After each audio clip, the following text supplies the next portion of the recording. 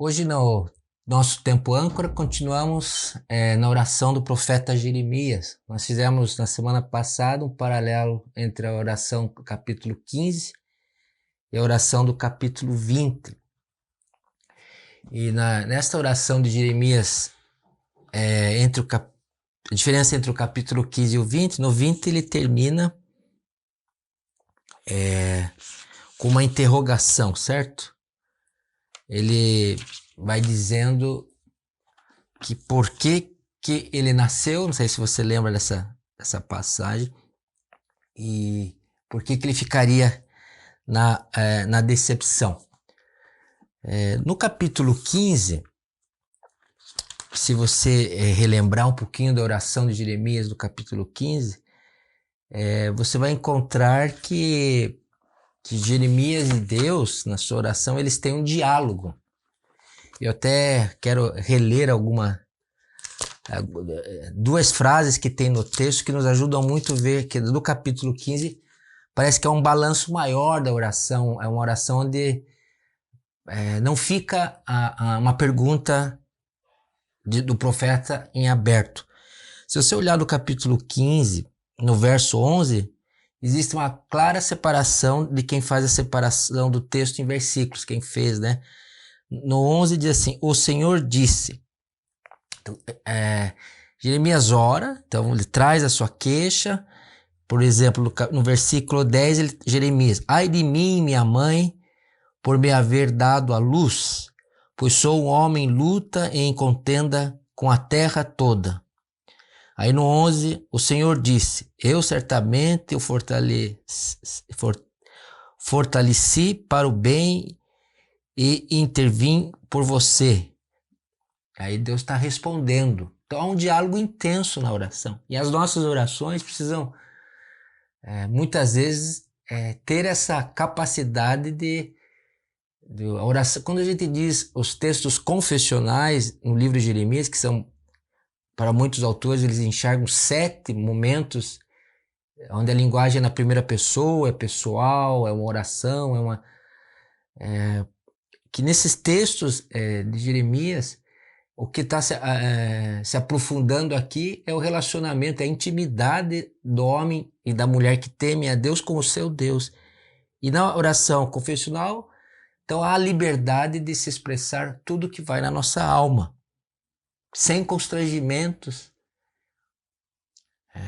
sem timidez, com coragem e honestidade radical. No mesmo capítulo 15, que nós já até lemos, no versículo 19 há uma interferência no texto de novo. Repare, assim respondeu o Senhor.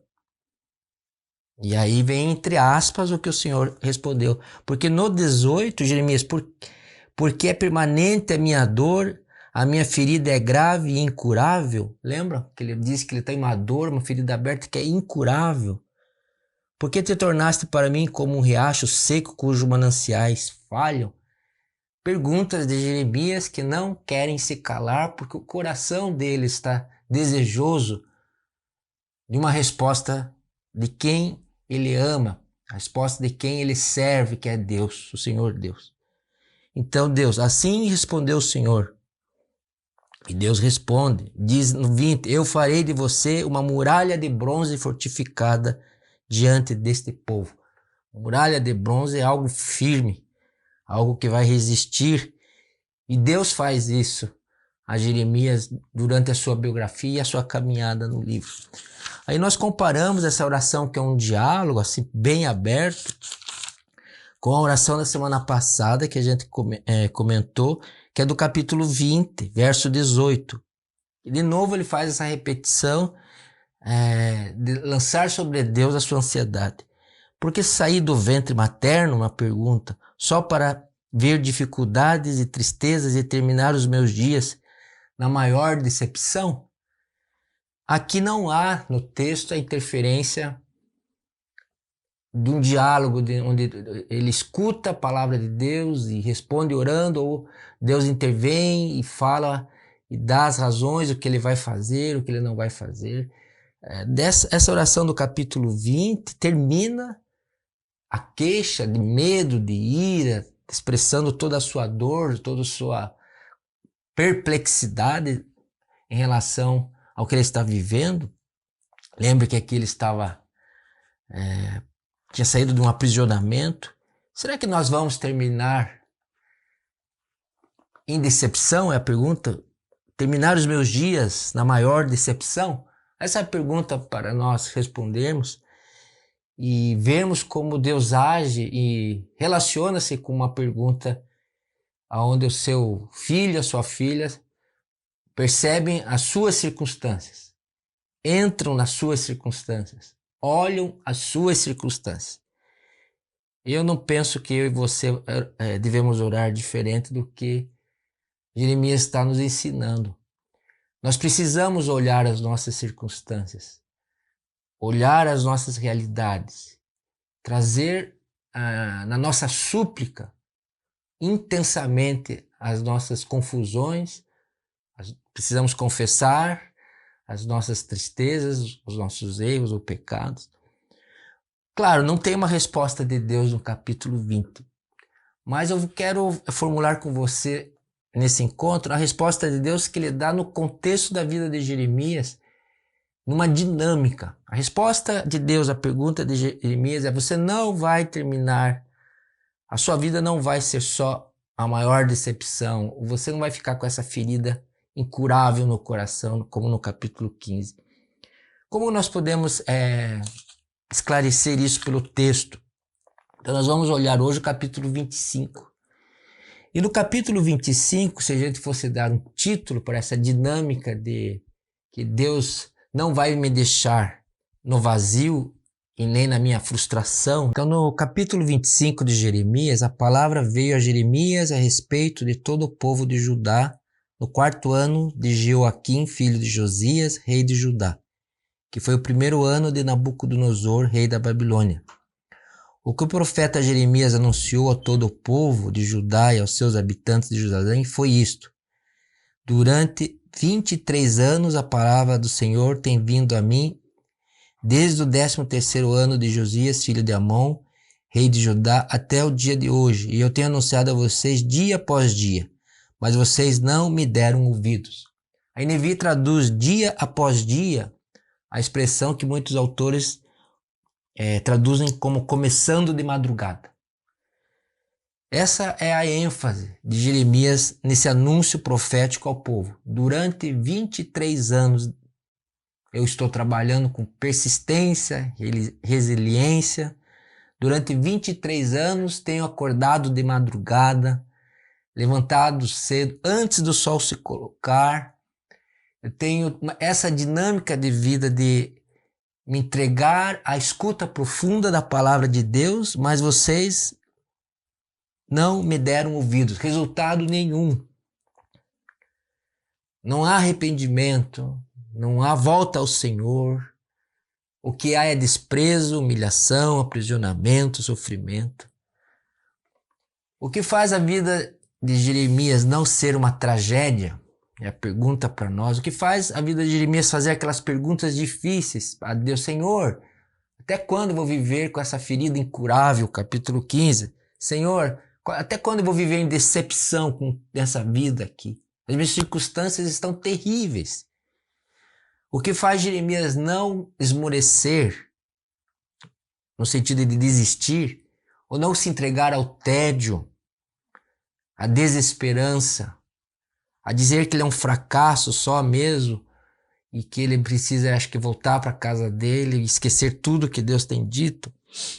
O impressionante de que a vida de Jeremias é redirecionada por Deus, começando logo antes do sol nascer. E essa questão que envolve amanhecer, o trabalho dele ouvir a palavra, anunciar a palavra e ser desprezado, levantar-se para estar diante do Senhor, Salmo 108, 1 e 2 diz: eu vou me levantar antes da alva, 108, 1 e 2. Essa questão que o salmista Davi tem, do que os salmos têm, que Jeremias está mostrando, é uma dinâmica de vida. Não é só eleger um horário devocional como estratégico, não é um plano. Mas é além desse plano, é além dessa disciplina. É entender que é na presença do Senhor e diante da sua presença, diante da sua palavra, diante do que eu posso falar e ouvir com Deus, é que a minha vida ganha sentido. Por isso que ele não morre no tédio. Por isso que ele não desiste. Ele não abandona. 23 anos de insucesso profissional, vocacional, de sofrimento físico, de desprezo emocional. Mas por que ele consegue atravessar as circunstâncias? Ele olha as circunstâncias, mas como na vida dele são muitos momentos difíceis, ele não é destruído pelas circunstâncias. Você e eu precisamos entender e até aceitar que é os recursos da graça que dão força, coragem, ânimo para a alma. É na vida, nesse envolvimento, dessa relação de amizade íntima com do nosso coração com a pessoa do Senhor Jesus, com Deus, é que nós vamos atravessar. Então, para o sofrimento de Jeremias, não existe muita explicação. No capítulo 15 é um diálogo com Deus, ele até ouve alguma, mas no capítulo 20, que nós já lemos, Deus não explica se vai tirar ele da decepção, se as coisas vão ficar fáceis, se o povo vai gostar dele um dia, se ele vai se sentir realizado. Mas Deus o convida para estar. Então o sofrimento, muitas vezes Deus não vai explicar o seu sofrimento nem o meu. E muitas vezes a vida de oração não soluciona todas as questões como eu gostaria que fossem resolvidas na minha vida, no meu pensar, no meu agir, no meu sentir, na minha casa, no corpo da gente, às vezes no físico de quem você ama. O sofrimento tem um quê de mistério muitas vezes. Então às vezes a gente pergunta, como Jeremias perguntou, como Davi perguntou, eu e você já perguntamos a Deus e temos essa liberdade em oração de soltar os porquês, até quando? Ó Senhor, que coisa que está me acontecendo. Mas às vezes, como Jó, também não recebemos explicações, recebemos mais perguntas de Deus às vezes, do que propriamente a resposta à minha pergunta. Se o sofrimento muitas vezes não é explicado e muitas vezes não é solucionado, porque nós vamos acompanhar Jeremias até o ano 40 de ministério. Ele está aqui no 23 ainda. Se ele não é explicado e Deus permite que continue, como não sucumbir e me sentir um derrotado? É justamente que na vida do cristão, do crente, o sofrimento ganha um significado quando ele é compartilhado.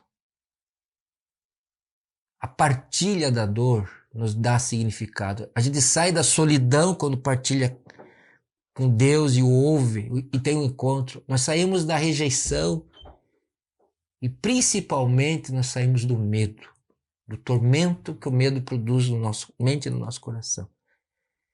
Acaba a solidão, o medo, a tristeza, no sentido que ao partilhar ela diminui, esses afetos diminuem, essa dor parece que cede espaço para a paz do Espírito Santo, que é o consolo. Veja, o que Deus nos promete em relação à nossa trajetória de vida é companhia, é presença amiga, é a consolação do seu Santo Espírito, que gera esperança. Tenha fé nisso. Muitas vezes eu estou como Jeremias, lamentando, chorando, não consigo explicar, não consigo entender, às vezes até não consigo aceitar algumas coisas, lanço as perguntas, mas à medida que isso é feito de uma forma honesta e sincera, começando de madrugada, vem a persistência. Esse é um profeta persistente. Ele continua, está no 23 anos, mas vai chegar a 40 anos de trabalho ministerial. Ele vai envelhecer servindo e passando por provas. Mas a vida dele não é uma monotonia, ele não cai naquilo que poderíamos dizer assim, uma falta de sentido.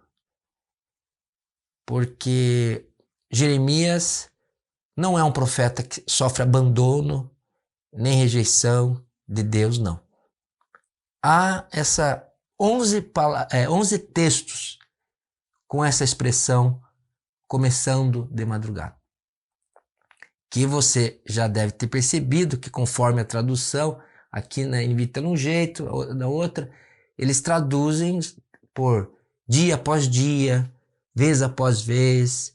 Outro traduziu começando de madrugada por repetidas vezes.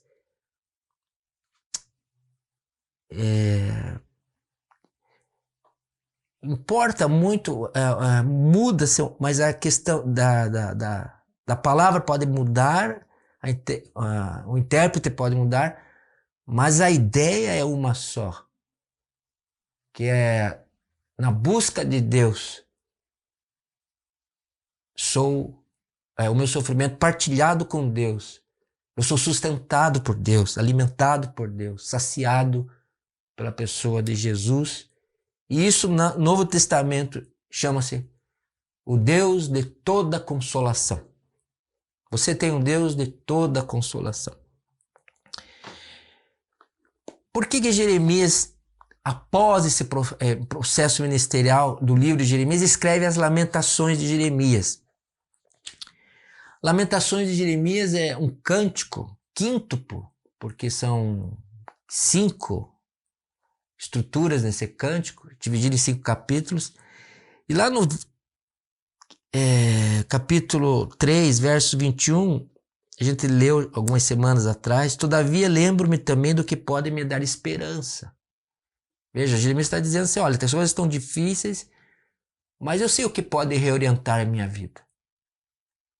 Você sabe o que pode reorientar a sua vida? O que pode voltar a dar esperança? É não só olhar para as circunstâncias, e muito menos só olhar para o seu coração. Bom, temos que olhar para o nosso coração para podermos expressar com honestidade o que sentimos e pensamos. Temos que olhar as nossas circunstâncias porque elas, clarificadas, serão material da nossa oração. Mas precisamos olhar para fora, para dentro, mas para o alto. E aqui ele está olhando para o alto.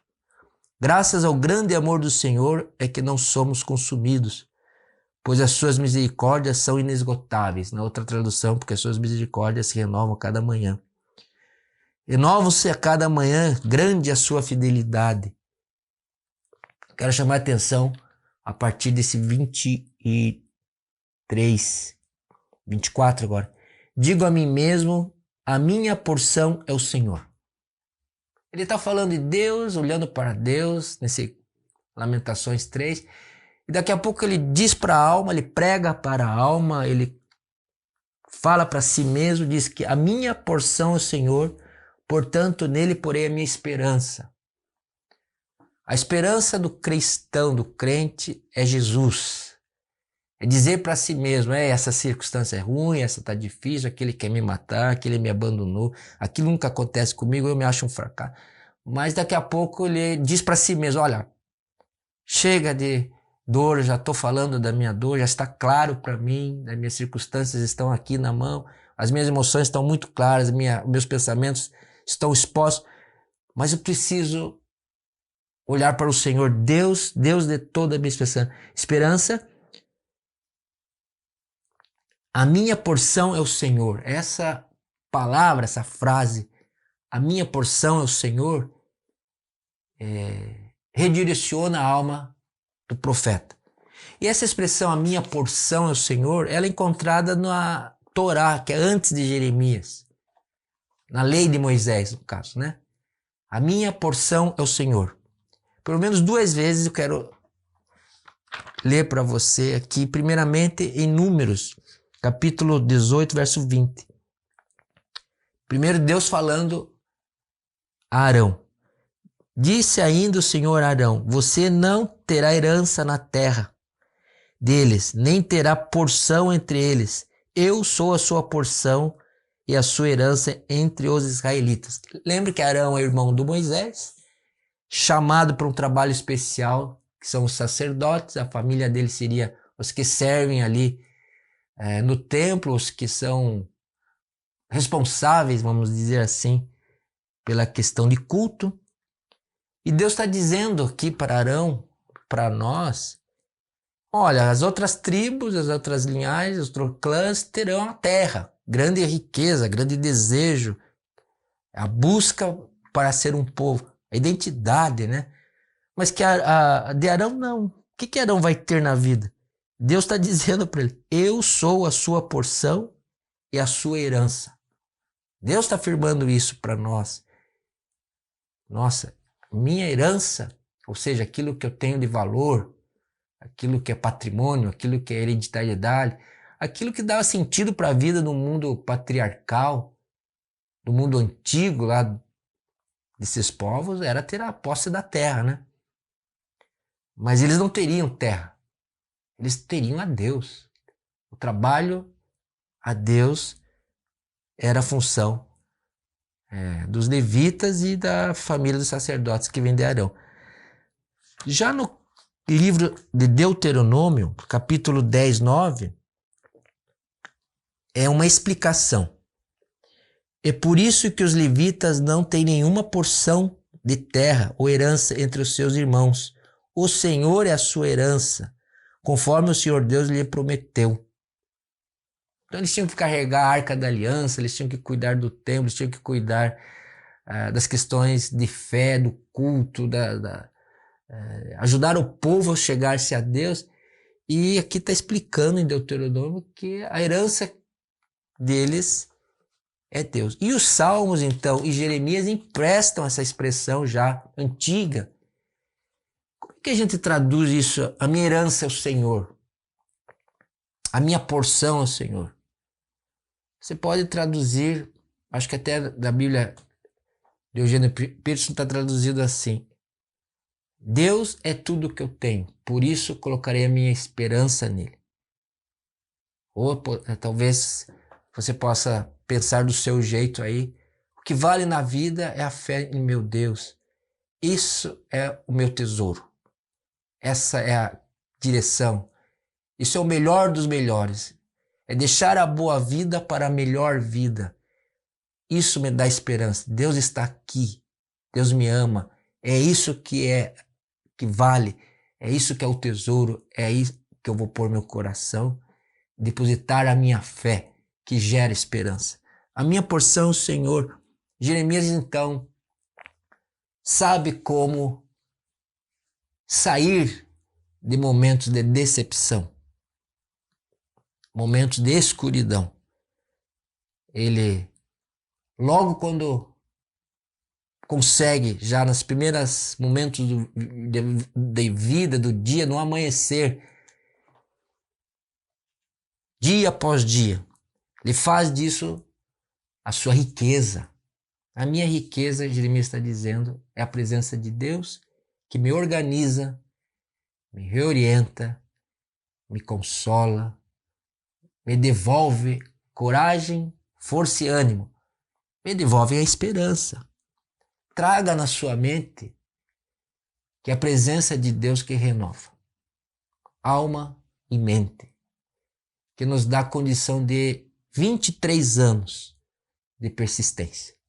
Você pode dizer 40 anos de persistência. Ele vai chegar a 40 anos de persistência, até quando ele não tem essa notícia, ele provavelmente falece no Egito. Como é que nós podemos terminar o nosso encontro de hoje sobre o capítulo 25 de Jeremias?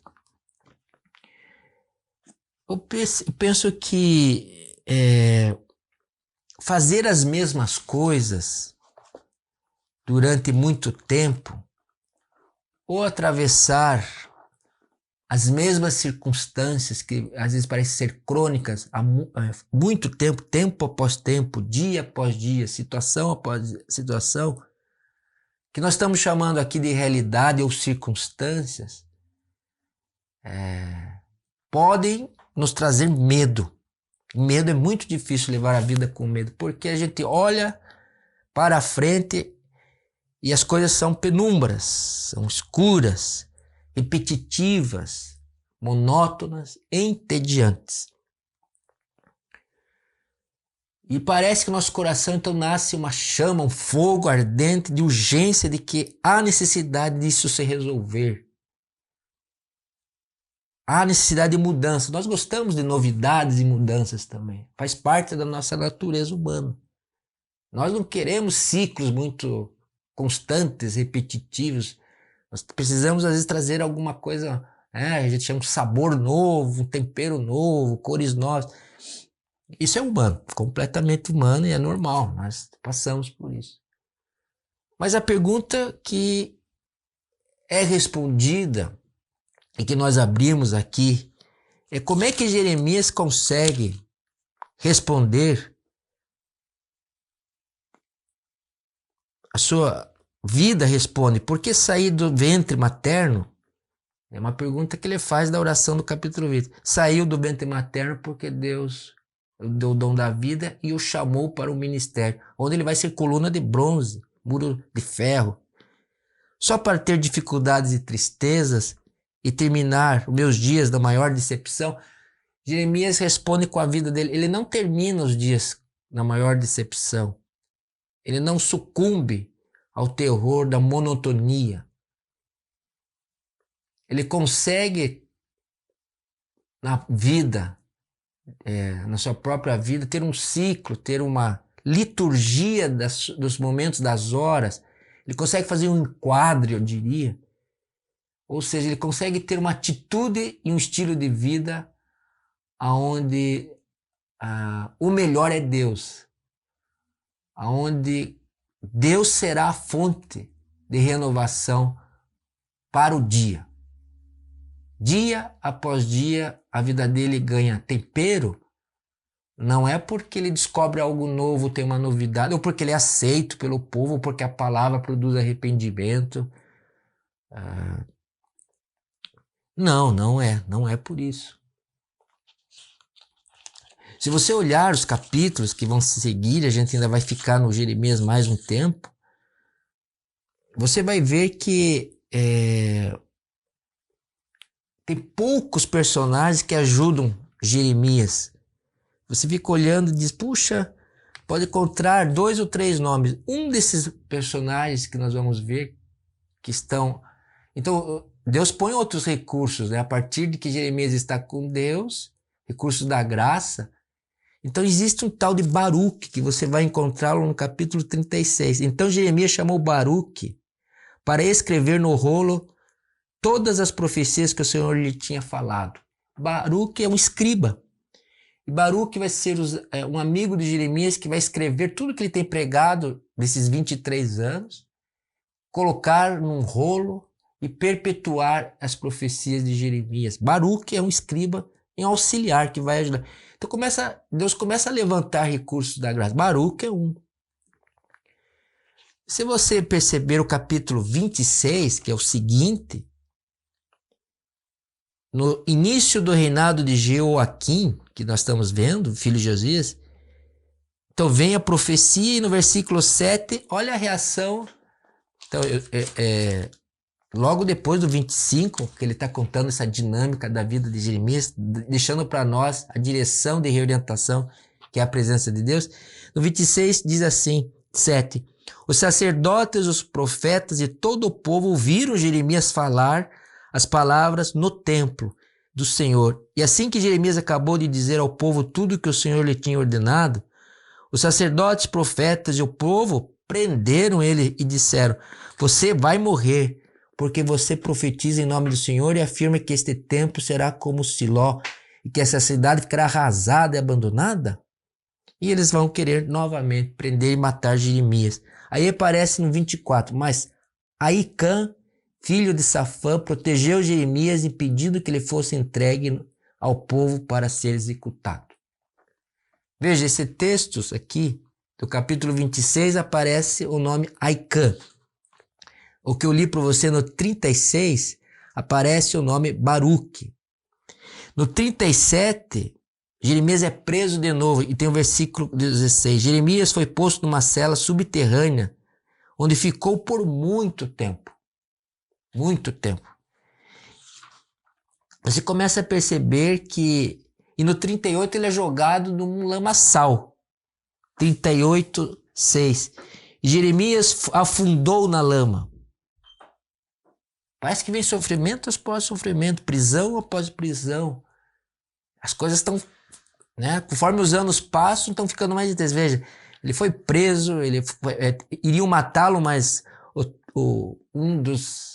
apareceu alguém, o tal Decã, e livrou. Baraque ajuda, mas também tem risco de vida. E ele é lançado num lugar para morrer, que é uma cisterna vazia, cheia de lama.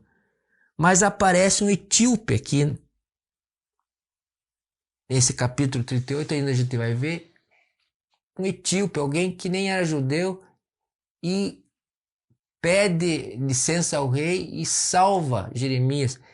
Então, o que eu estou querendo mostrar para você, claro, a fonte da vida de Jeremias é a sua intimidade com Deus, é conseguir ser renovado a cada manhã. E a sua esperança é renovada a cada manhã. Não porque ele é otimista, é porque a sua esperança é renovada porque ele crê, tem fé no Deus das misericórdias, são inesgotáveis, que se renovam a cada manhã. Porque a porção, o que é valioso, que é a riqueza de Jeremias, é a sua confiança, é a fé em Deus. Por isso ele tem esperança. Então ele atravessa outro prisionamento, ele atravessa um tumulto que tenta matá-lo, ele é jogado num poço de lama e vai lá alguém que nem o conhece direito e o livra com uma corda feita de tecidos e tira ele. Então há os recursos da graça, dos enfrentamentos, e você vai ser visitado por esses recursos. São pessoas, são circunstâncias. Então, veja, nós não temos controle sobre os episódios, os acontecimentos da nossa vida, mas nós temos uma escolha de fé a fazer, que é cantar, orar e dizer à nossa alma, como diz, alma, a tua herança, a tua porção é o Senhor. Põe a tua fé que Ele vai renovar a sua esperança, vai renovar a sua esperança, vai renovar a minha esperança. E nós vamos atravessar por misericórdia e graça, bem acompanhados, aquilo que tivermos que enfrentar, os nossos enfrentamentos. Atravessaremos e poderemos contar as grandes consolações de Deus na nossa vida e os grandes livramentos na nossa história, na nossa biografia, porque Deus não nos deixa presos em buracos de lama. Mas isso é conversa para a semana que vem. Vamos orar? Senhor Deus, em nome de Jesus, nós agradecemos porque o Senhor é presente, o Senhor é tudo que nós temos de maior valor. O Senhor renova nosso coração, tirando a tristeza, perdoando os pecados, dando esperança, nos dando recursos da graça, como Jeremias recebeu tantos livramentos, como ele enfrentou tantas oposições, mas ele persistiu. E o teu povo é um povo que persiste porque o Senhor Deus é um Deus que nos acompanha, que nos renova, que nos consola. Então toda a glória, todo louvor seja dado ao nome de Jesus. Amém. Então fique na paz, nos vemos a semana que vem.